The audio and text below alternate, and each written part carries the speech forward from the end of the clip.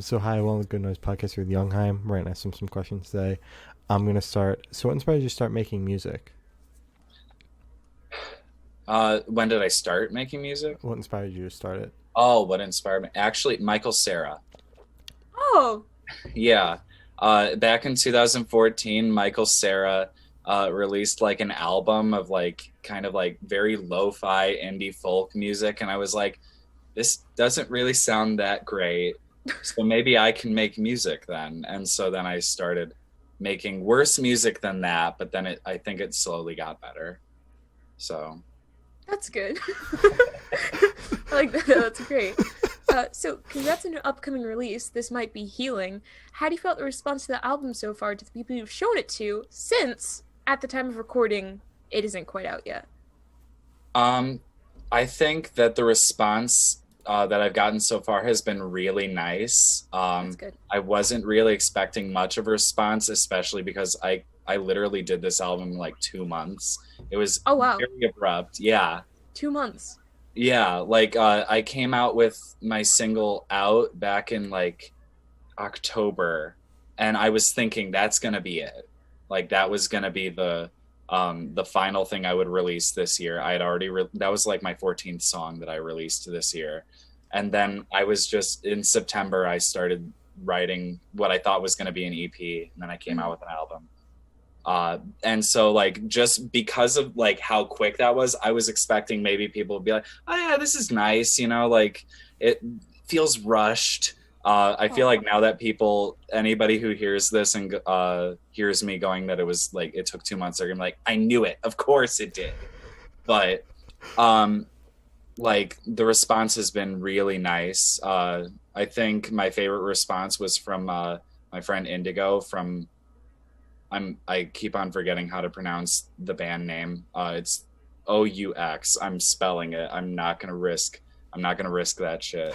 And they like gave like a really in-depth review of it, and like they compared it to artists that I was like, oh, I didn't even think about that. I think that's my favorite type of feedback is when somebody's like, oh, you sound like this artist, and I'm like, I didn't even know that artist. So I'm glad I'm not ripping anybody off. Yeah, That's nice. that's cool. Yeah. Hmm. I mean, I saw you on the timeline. We weren't following you, and I saw one of your clips or something. I was like, oh my god, I actually like really like this. I see they have an album coming out. I have them on the podcast. It's gonna happen. Uh, so now we're here. Good job. Thank you. I love Twitter's crazy. Yeah, Oh and I, god, I like the album too. I listened to it after I harassed you to send us the files. it was very Yeah, good. thank you. I love how like literally 2 or 3 hours before this, you were just like, "Oh yeah, could you send us the album?" Yeah, we, I we was like, studied really "Oh hard. crap!" Hmm. So it's so fresh in your mind. Yeah. So what was your writing process like for this album? You said it was only a couple months worth. I know two. I think two of the songs I had already written prior.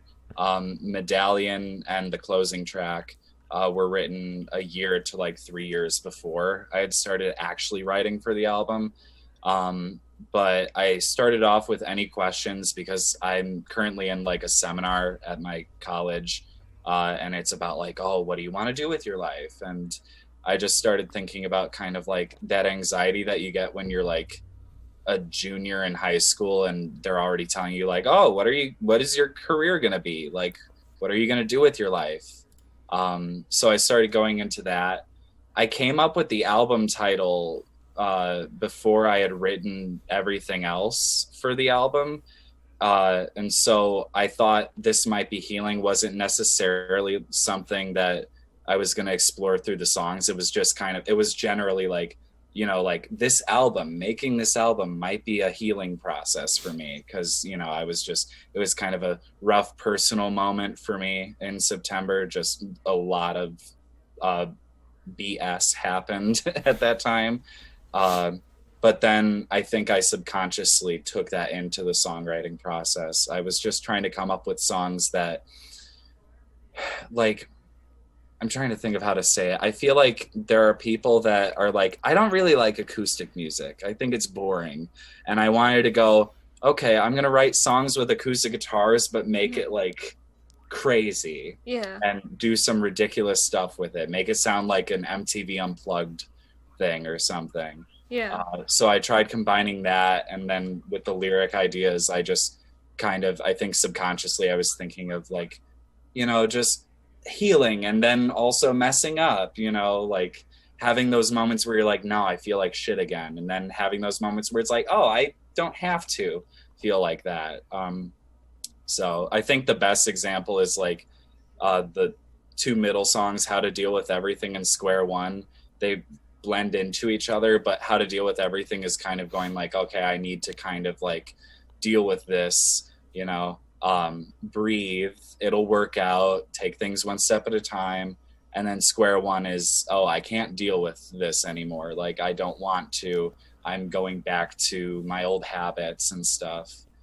So it's really not like a linear thematic album. It's just, again, a bunch of why do I feel the way that I feel, I guess. Okay. Wow. That's really cool. I'm going to beat Glory to this one. Yeah. I would be the first one to say that I hate acoustic songs every single time we talk about it on the podcast. I'm like, God, I can't fucking stand this. It's so boring. But there's just something about your music that you just did it the right way where I actually enjoy listening to it. So thank you for that. You did it. I got an A+. You got an A+. Can you tell me where your headspace was? You already touched on it a little bit, but can you tell me where your headspace was while creating this album?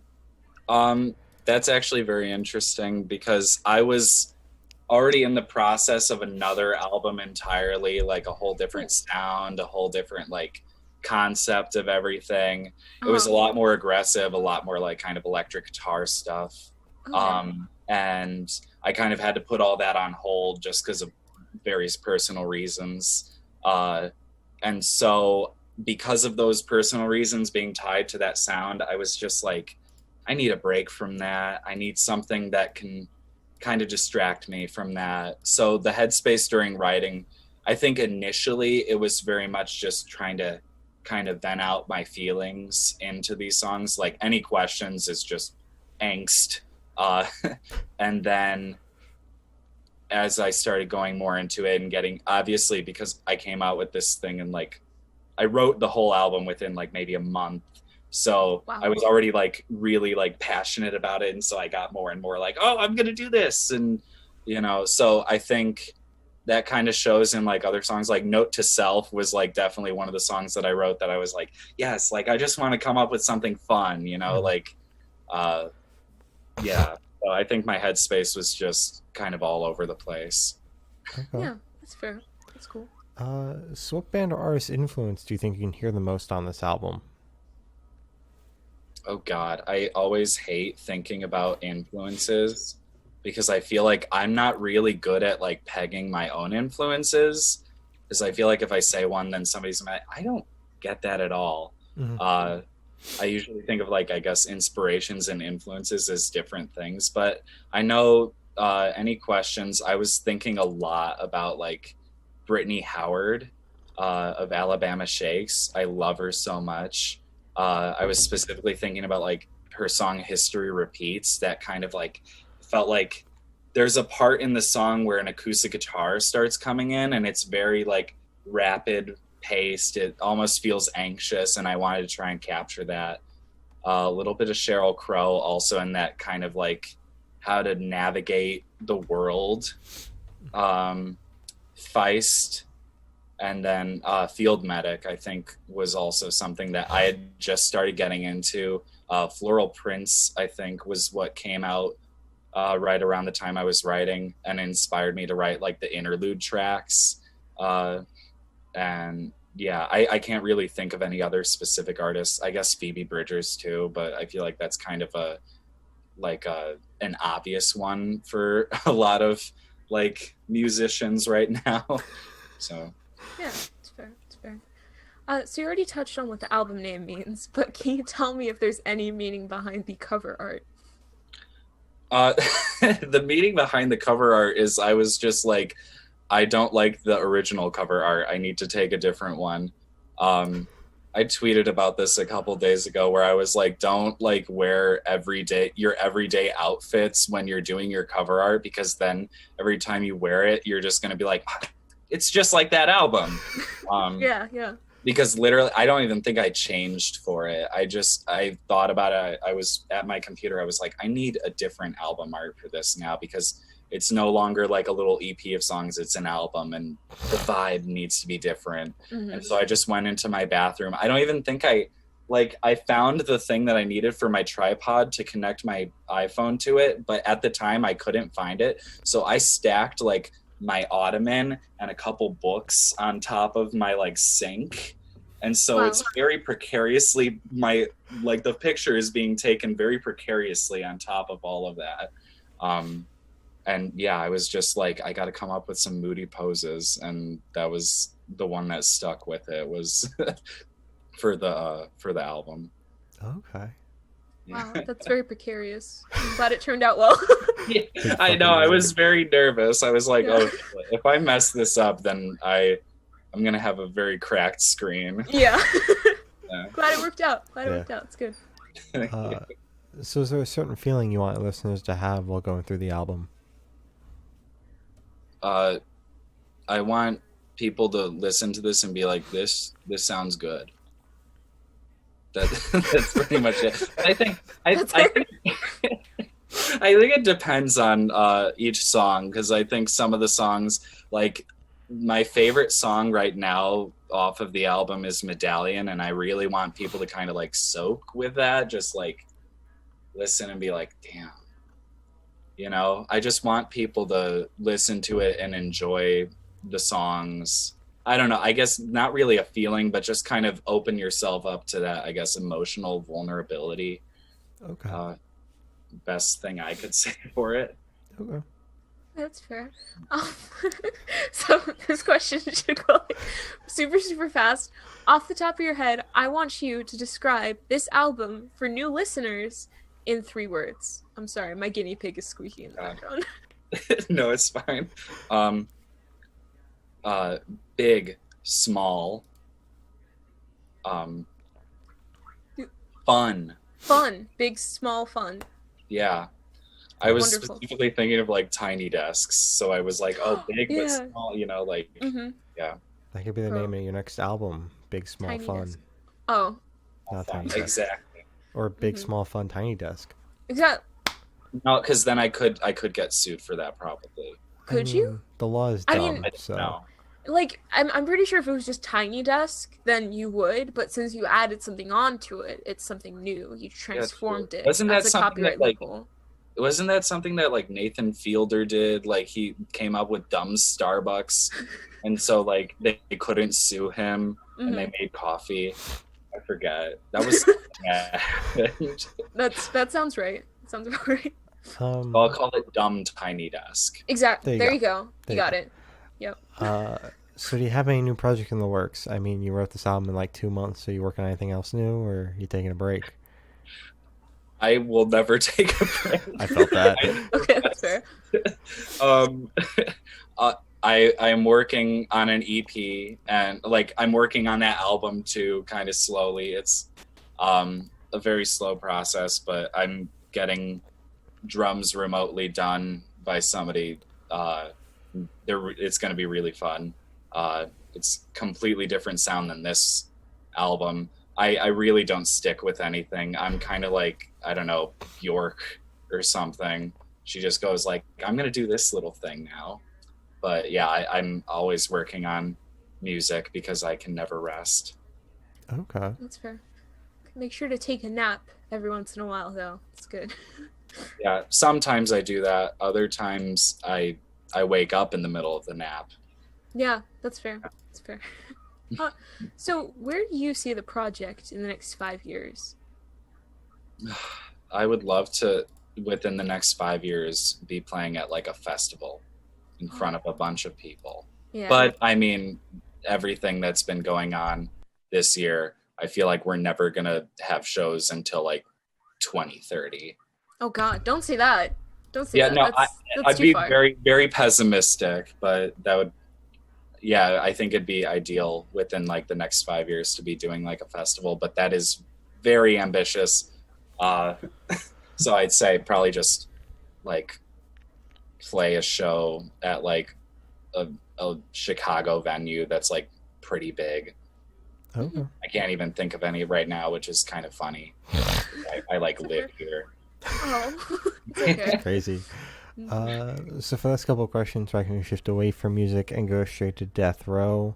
Boom. So if you're on death row, what would your last meal be with a drink? Even bigger boom. Ooh. God. Okay, it can't be chicken tenders because I have chicken tenders all the time. It can be chicken tenders. Yeah, I know, but I feel like it has to be something special, you know? Like, it has to be something that I love, but I rarely have. Okay. Okay, that's fair. I feel like I know that I would want a component of my last meal to be the Oreo cream pie from Baker's Square. Ooh, That's my favorite pie. that sounds really good. Yeah, I don't know. Like, I got it as a kid and I fell in love with it. But the food itself, God, I think this is tough. This is genuinely a tough question for me, and I love food. Probably like a really good lasagna, Ooh, not yeah. Olive Garden, because Oh. Olive Garden, every time I have Olive Garden, it's too much. Yeah, yeah. There's something that they put in their pasta that just makes it too much. Just ruins it. Yeah. They're drugging you. No. Do you have a drink to go with your lasagna? Oh, Yeah, come on. Dr. Pepper. Dr. Pepper. Yeah. Taste. Ice, no ice, mug, glass cup. I would probably just go straight from a can. Oh, The Crisp. best way. Yeah, crisp, straight from a can. The type that's been in a freezer for like maybe half an hour, so it's Okay. like really crisp, but obviously it's not frozen. yeah. That's the Okay. strategy. I love that. That's great. So, if you could live in one fictional world for a week, Ooh. where would you live? Ooh, Mm-hmm. that is so cool. Thank you. That'd be so cool. Probably, I feel like probably just the new. No, wait, no, that's not even fictional. But I was thinking fictional universe, like just New York City, but in the Spider-Man universe. Oh yeah, that's fictional. I would love to just like run into Spider-Man. That'd be pretty You cool. know? Or live with them. Yeah. Yeah, but no. Okay, for the first like few months, I don't know that he's Spider-Man, but then I accidentally find out because I accidentally walk in on him changing into a suit. Yeah. That would be cool because then that would have like a component of our friendship that's like, oh, I had no idea about this. I don't know. So you want to have the twist involved? Yeah, Not I just wanna like have- we're friends already. Yeah, because then I feel like that would have more of a thrill. Because if he just told me like, oh yeah, by the way, before you move in, I just want to let you know, I'm Spider-Man. Yeah. Like I'd probably first off, I'd be like, yeah, sure, like. Mm-hmm. But secondly, it would just remove that thrill. But if I walked in on him, putting on his suit, about to thwip out of the window, Yeah. I think I'd probably be like, oh my God. Whoa. Why didn't Yeah. you tell me? Yeah, Yeah. exactly. No, I don't think I would be like, why didn't you tell me? Because, I'd be like, oh no, I understand. Yeah. Oh. It all makes sense Yeah. now. Exactly. I I'm so happy you have this entire thing worked out in your mind. That makes me really happy. I like that. know. That was all off the cuff. Are you serious? Yeah, my mind Wow. moves too fast, which is why I have anxiety. Powerful. Powerful. I wish I didn't have it. Oh no.